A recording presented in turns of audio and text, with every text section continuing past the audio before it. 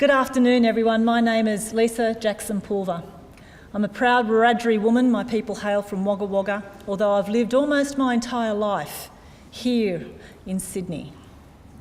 I work at the University of New South Wales. I'm a member of the Air Force Specialist Reserve, and I'm very, very proud and delighted and honoured to be your MC at this wonderful, wonderful event this afternoon. And somehow this afternoon we will be tripping through 60,000 years of story, knowledge, custom and wisdom in just a couple of hours. So, first and foremost, I will invite you to stand so that we can each, in our own way, observe 1 minute's silence in respect to the country that we're on, to the elders past and present, and to those who are not able to be here with us today. If you can't stand, please feel free to sit.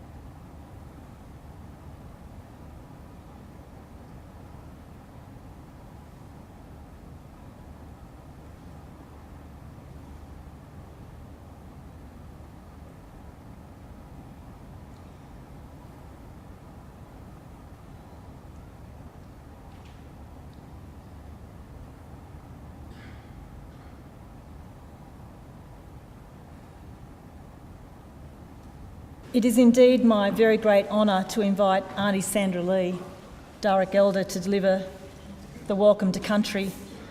Aunty Sandra is one of our elders on campus and is a member of the University's Aboriginal and Torres Strait Islander Employment and Engagement Advisory Board. Please join me in a warm, hearty welcome to Aunty Sandra as she welcomes us to country.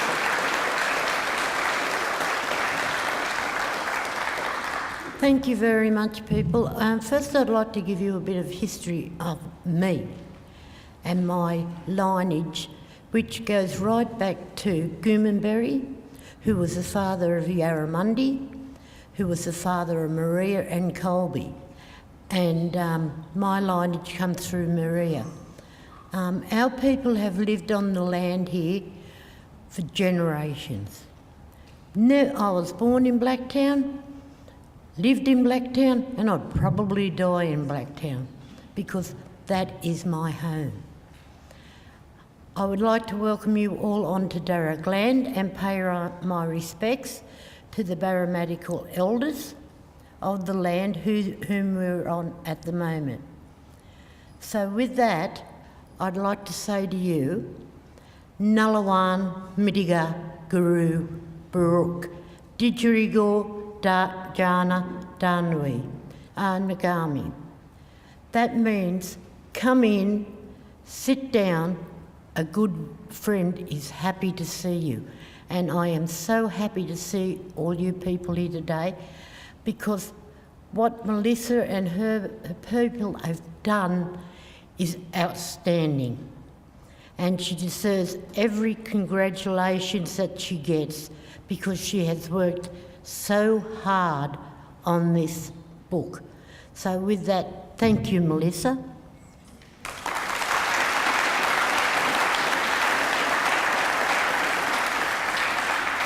So thank you very much, everybody, and welcome to this land. Thank you very much.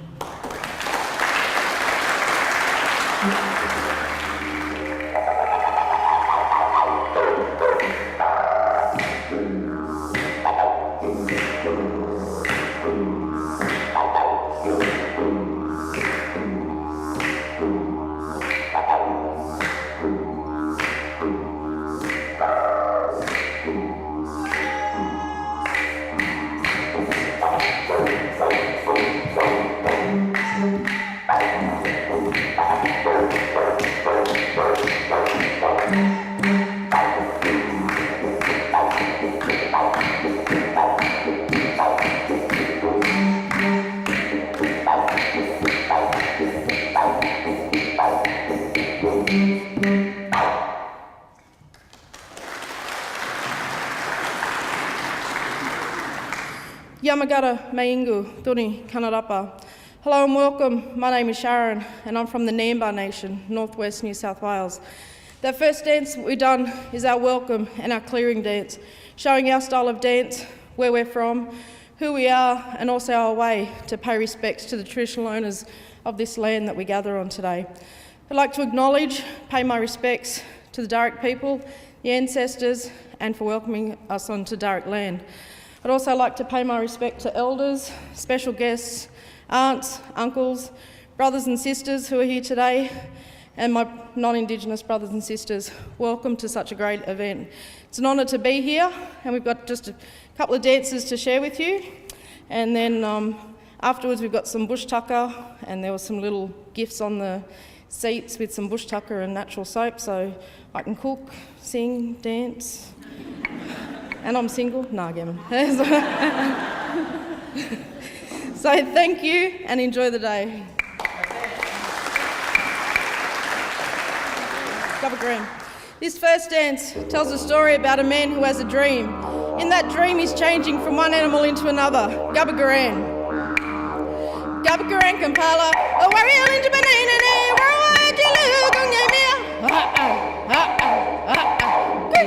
A Gubba Garan Kampala. A warrior into banana.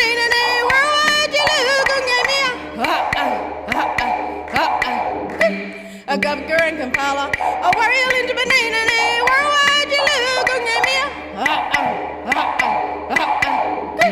A Gubba Garan Kampala, a warrior into banana, where you look on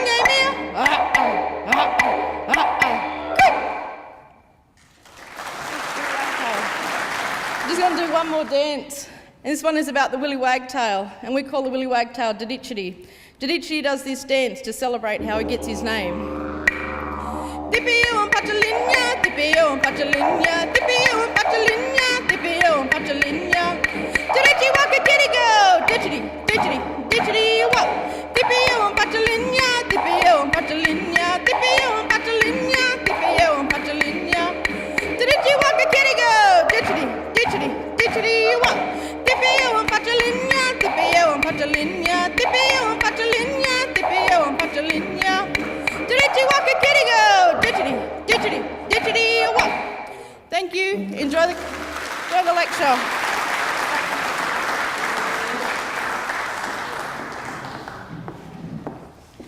Welcome to country and acknowledgement of land is probably one of the most sacred duties that we have to perform whenever we're visiting another's place.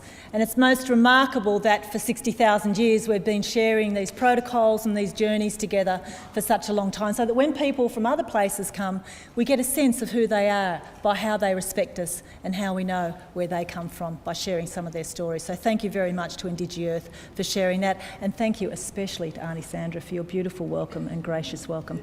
I would also similarly pay my respects to the traditional owners of this country, past, present, and to those that we're growing into the future.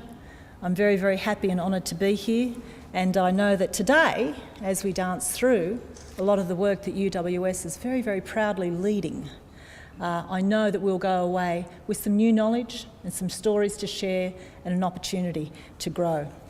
Right now, though, I would like to invite Vice-Chancellor of the University of Western Sydney, Professor Barney Glover, to speak.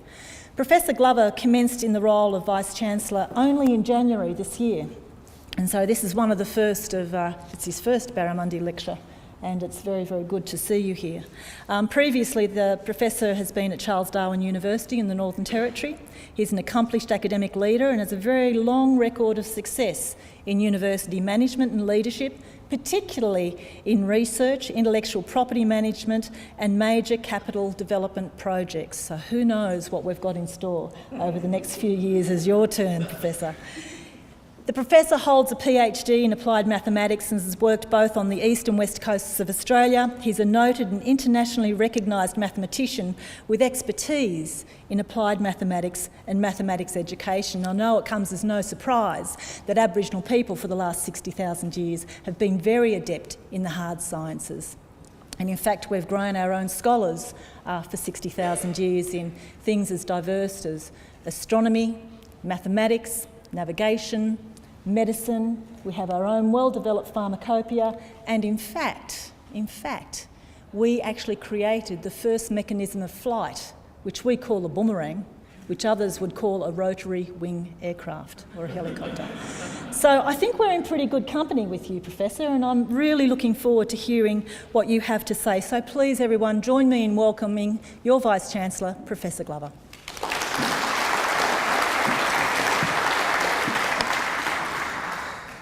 Thank you, Lisa, for the introduction. That was very kind.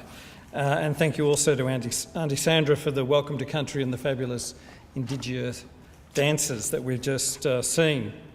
I'd like to begin, as is our custom, in acknowledging the Barramadigal people of the Darug Nation and their elders, past and present, and pay my respects to these traditional lands and all Aboriginal and Torres Strait Islander elders and community people here today, and to acknowledge our many elders with us this afternoon. So welcome everyone to this annual UWS Yarramundi lecture, and as Lisa pointed out, this is in fact my first Yarramundi lecture, and I'm very pleased to be here with you this afternoon. Particularly pleased to see so many friends of the University of Western Sydney here on our Parramatta campus, and I'm very glad you could all join us. I should acknowledge just a few of the special guests who are with us today. Auntie Matilda House, Gambri Gunnawal Elder, Mr Phil Bradley, President of Reconciliation for Western Sydney, Mr Ian Stone, of course, one of our UWS Board of Trustees. Good to see you here, Ian.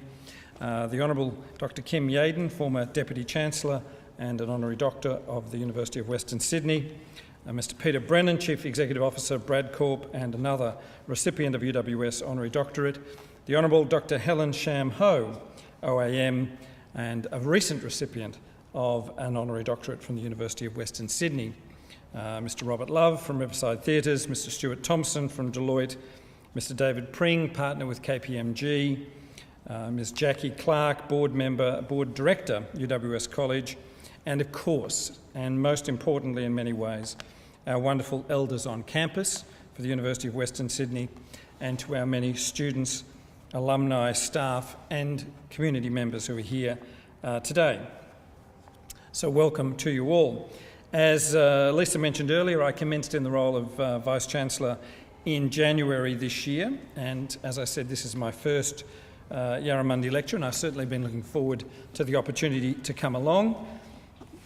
As Lisa pointed out, I spent a number of years in the Northern Territory before coming here to Western Sydney, and as the Vice-Chancellor at Charles Darwin University, one of the things I'm very proud of is the Lingiari lecture series at the university that I was Vice-Chancellor of for 5 years, and it is wonderful to have a chance coming to this institution to continue a great tradition of lectures of this type.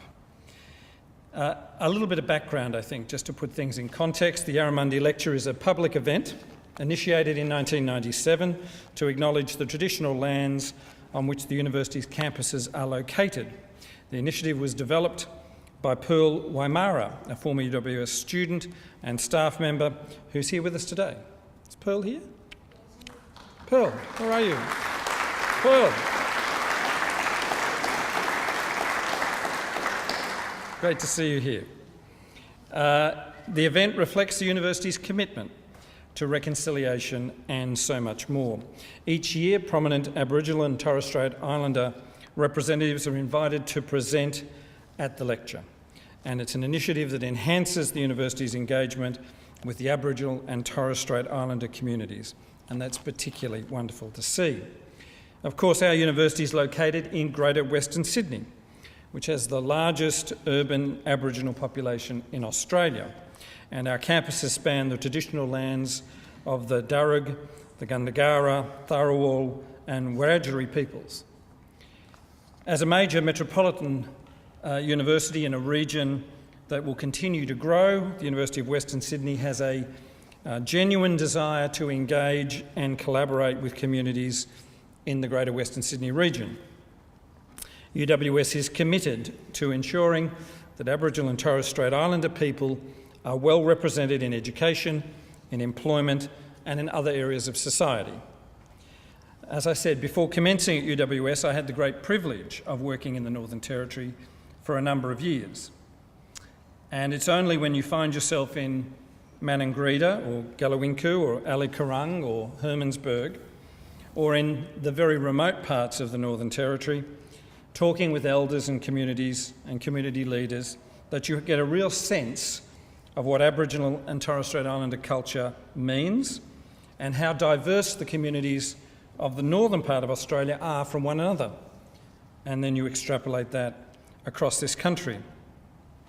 I had many opportunities to attend the Garma Festival in East Arnhem Land and to work with the Yolngu people.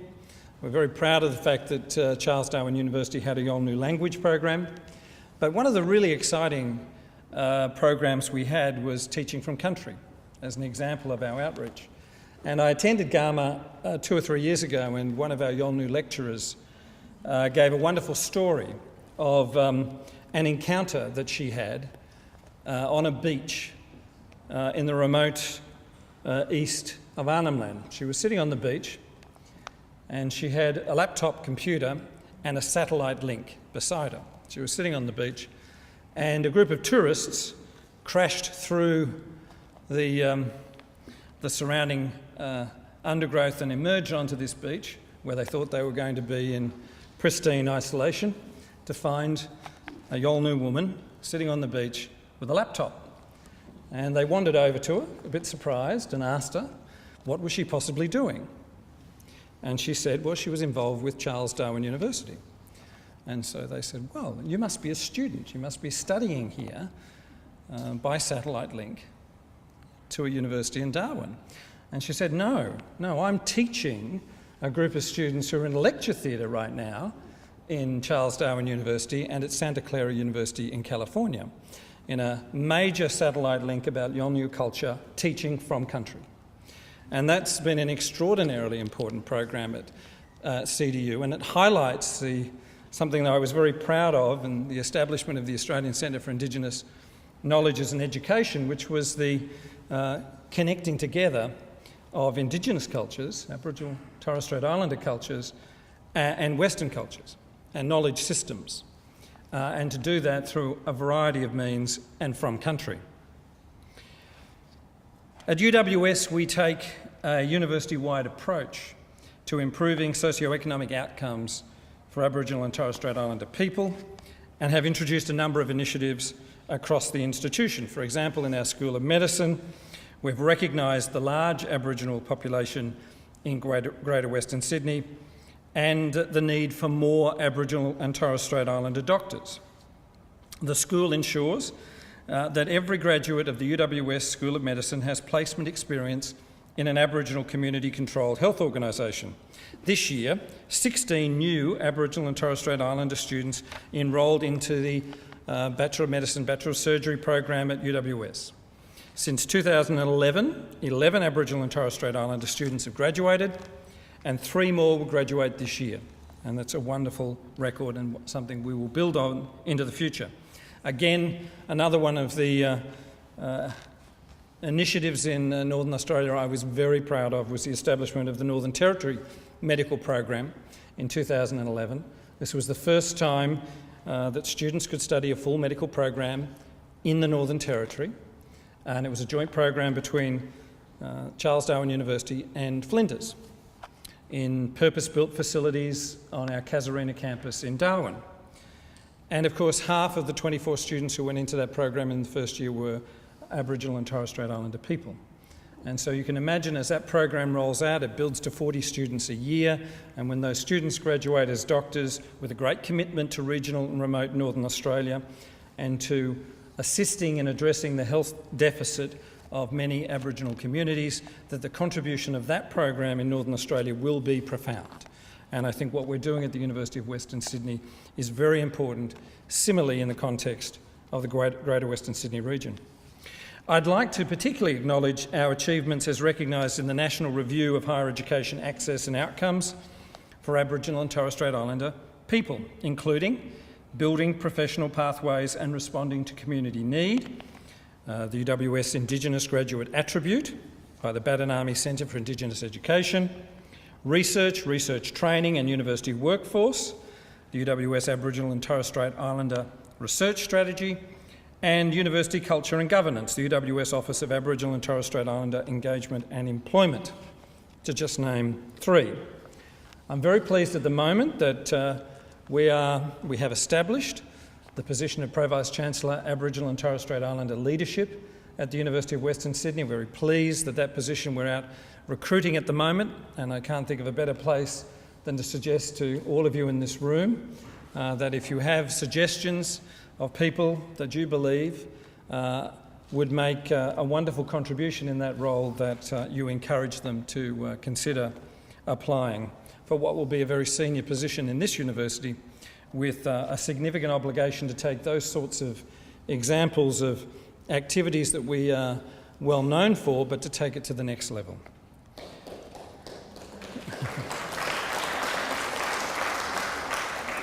The Yarramundi Lecture provides our university and Greater Western Sydney communities with a chance to embrace the rich histories and contributions of Aboriginal and Torres Strait Islander people.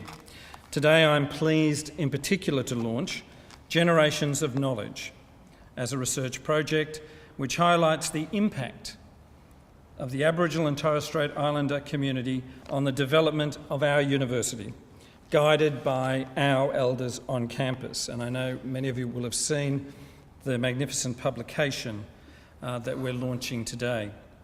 Generations of Knowledge demonstrates the importance of the university as a shared space, a space in which Aboriginal and Torres Strait Islander people not only belong, but contribute to the university as key stakeholders.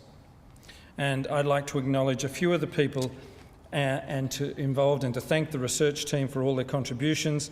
Melissa Williams, who's here in the front row as project lead.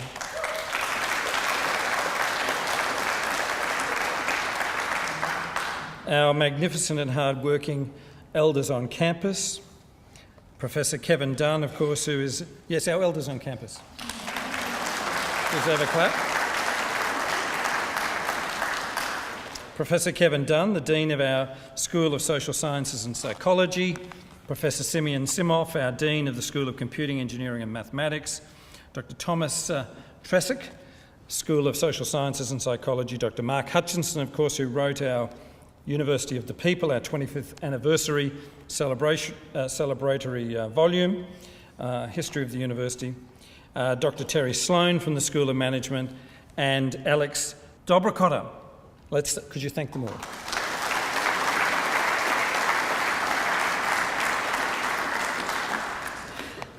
This afternoon, a number of initiatives that form part of the Generations of Knowledge project are to be officially launched, and in particular, I'd like to bring to your attention the following: the commemorative book, the Generations of Knowledge commemorative book, which I intended to hold up right now, but I've left it sitting over there, but you know the book I mean. Limited edition hard copies available, and the opportunity today to have a copy signed by our elders on campus. I think something you should take advantage of. It's also downloadable as an e-book available on our website, but I don't know if you're like me, but I would much prefer to have the hard copy. And so I encourage you, if you can, to get a copy and to have it autographed by our elders on campus. And I certainly would like some copies so I can give them as gifts. Our featured speakers, of course, including Auntie Sandra Lee, Master of Ceremonies Professor Jackson Pulver, AM, and Auntie Matilda House, the Gambri Gulawai Elder, Auntie May Robinson, and Uncle Harry Alley will illuminate some of these stories who have captured the essence of the Generations of Knowledge project and can all be found in the book. So we look forward to that during the course of this afternoon. The Generations of Knowledge Bank website is now also live to provide a platform for elders to impart their wisdom to listeners and readers firsthand.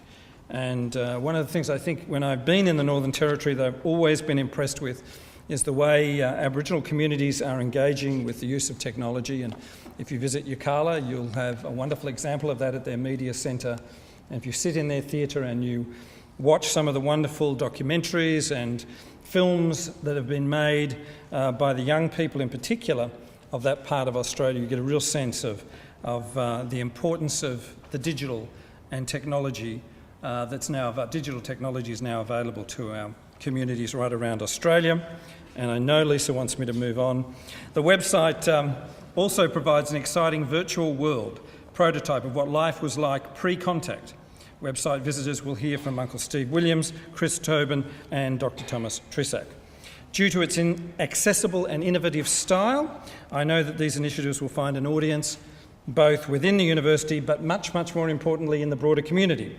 I hope they'll be the beginning of new digital and face-to-face conversations about the contributions of Aboriginal and Torres Strait Islander people to the university and the region, and will be an enduring way in which we can ensure that this university and the community has access to those stories long into the future. Thank you so much for coming along.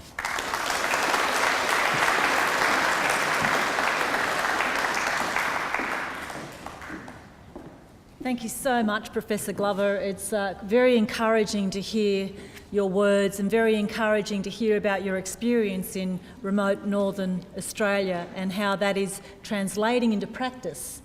Here, there's the book, by the way, that's the book. So, how that's going to translate into practice. And the most amazing thing is that on this country, on this land, it's always been a place of learning. It's always been a place of translation of knowledge, not only amongst each other, but down into the other generations that come after us. And there are people in this room, Professor, who have had language and culture and ceremony that have gone back since the very, very beginning of time. And it's a very wonderful thing to be able to celebrate that today. So thank you very, very much. Part of the learning that we have is always about exchange of stories, and it's indeed my very great pleasure to be able to let you know that not only will we be hearing from some of our esteemed elders on campus, but we'll also be hearing small vignettes about others who are not going to be talking today, but some of whom are in the room that you'll be able to catch up with a little later. So without further ado, I would like to invite Uncle Greg to come to the microphone and share a few of his words and some of his stories with us. Thank you.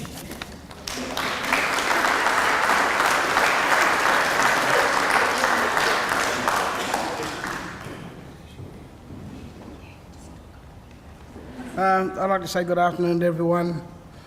My name's Greg Sims. Everyone knows me as Uncle Greg. And I'd like to acknowledge we're on Darug land, and I would like to acknowledge elders past and present.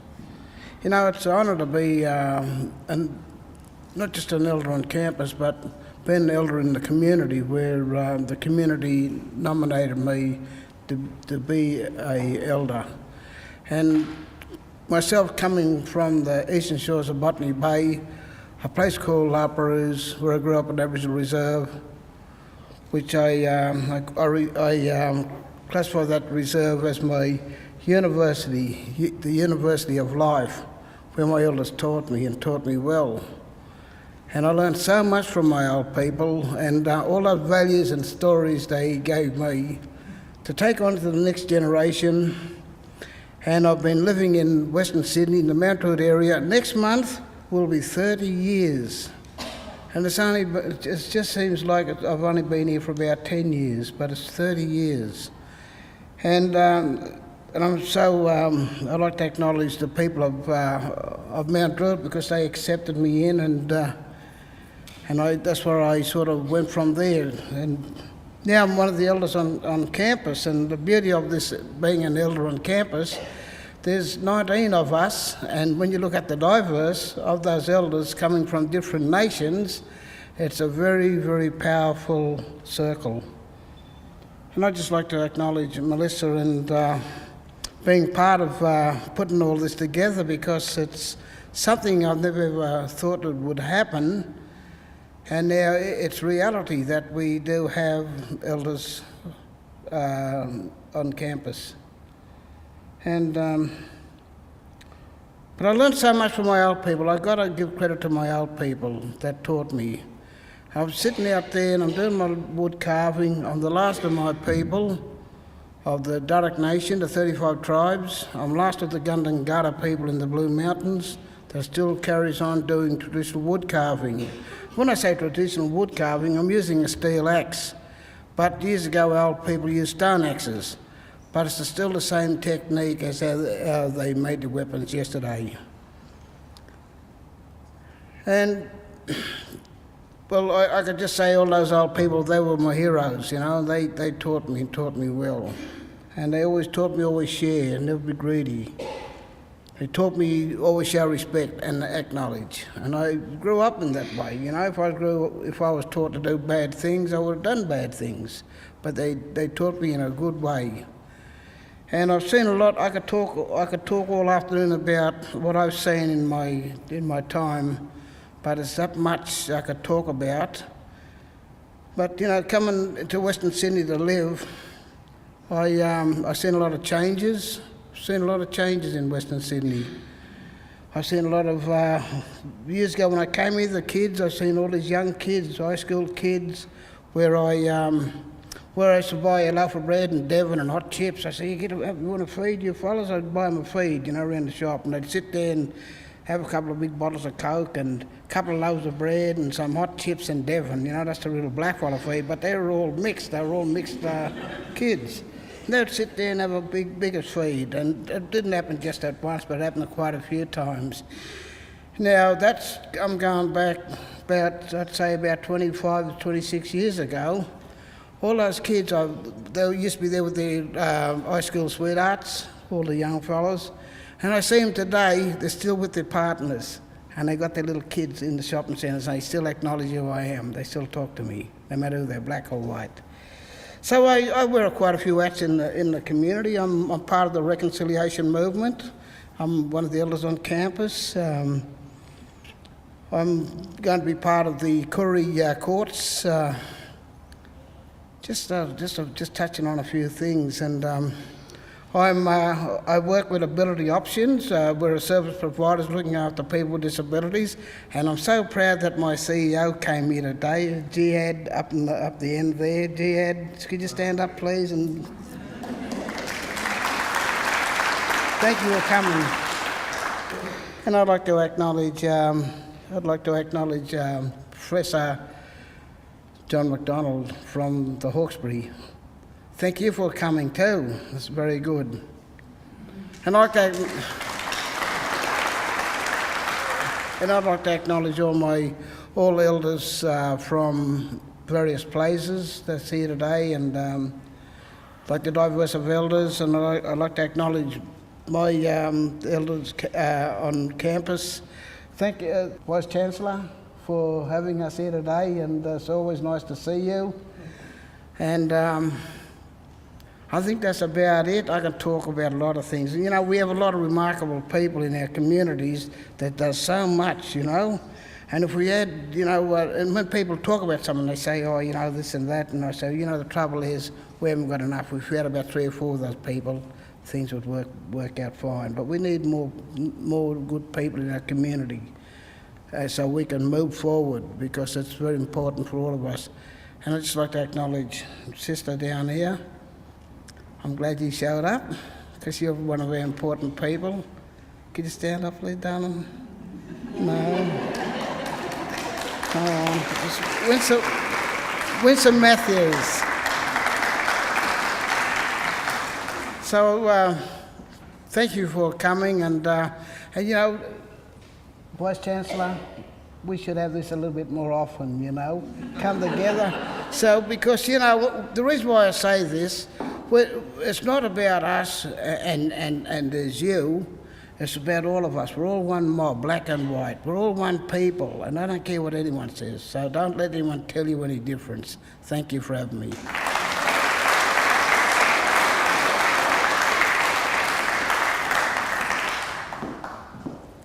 I love how shy people can be, and how humble people can be, and how wise our elders can be. So thank you very much for that, you know, just lovely few words to us, and we'll certainly hold those in our heart. And I actually think it's a really good idea. Who votes for an annual Yarramundi?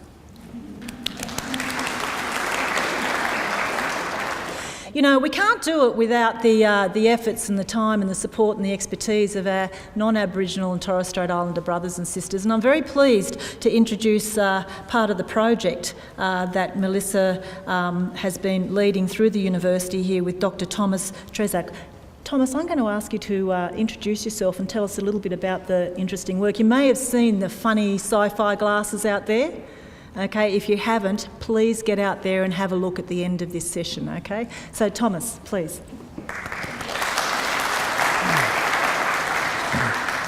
All right, so my name is Tomáš Treščák, and I've been part of the Generation of Knowledge project, where I've been working with Melissa, Terry Sloan, Alex Dobrokodov, and Anton Bogdanovic, and we've been working on the virtual simulation. So it's a great honor for me to present this virtual simulation. The virtual simulation of a life of a Dherak clan living somewhere in the area of Parramatta South Campus in the year 7070, around this year, let's say, pre-contact. Next slide, please. In this presentation, I want to show you the timeline of our project, where we started with a simple but I think a great idea, and with the help of a lot of bright and enthusiastic people, we've been able to evolve this into something that will possibly touch hearts of hundreds, maybe thousands of people, and maybe touch their brains as well. It all started sometimes in the beginning of April, when Melissa came to School of Computing Engineering and Mathematics and met with me and Simeon, which is a dean of our school, and we've been talking how can advanced information technologies such as artificial intelligence or virtual reality be used to preserve the cultural, historical, and linguistical heritage of Aboriginal and Torres Strait Islander people. And possibly not only that, how can we build something great, something interesting that anybody and everybody can learn about this wonderful, wonderful culture. Next slide. So with this, millions of ideas running through our minds, we've been approaching our colleagues, and the coming month, Alex Dobrokodov, Anton Bogdanovic, and Terry Sloan joined our team and been working with us ever since. In the coming months, as this would be June, we've been thinking of many different approaches. How can we create this project? So we've been reading a lot of publication. Melissa been passing a lot of interesting literature towards us, and been raising knowledge on how to create the different parts of the project. So with a lot of interesting literature collected, first we've launched a public repository of Aboriginal knowledge, which holds many different documents from Aboriginal history in past. Then we talked with the Department of Geography here in UWS, and we've created the exact replica of the whole campus, so the terrain and so on, which you see somewhere down there below, a little bit bad. And then also, this really, because of the lights you can't really see it, we also created a technology that can automatically generate the population of our simulation, so we can generate unique and very, I think, good-looking, unique population for our simulation. And then, next slide. At the end of the month, we've been meeting. We finally met the elders on campus, and we met Uncle Steve, who is one of the wonderful actors in this simulation, and we've seen some ceremonies such as smoking ceremony. All right, in July was the month when we finally were able to commence our works, when we had all the technology sorted out, and we started building our prototype with when the budget was basically approved, which is very important. And we've bought a lot of existing 3D models online, which cut down the cost of the simulation and made us do it in very, very rapid time, basically in less than 4 months.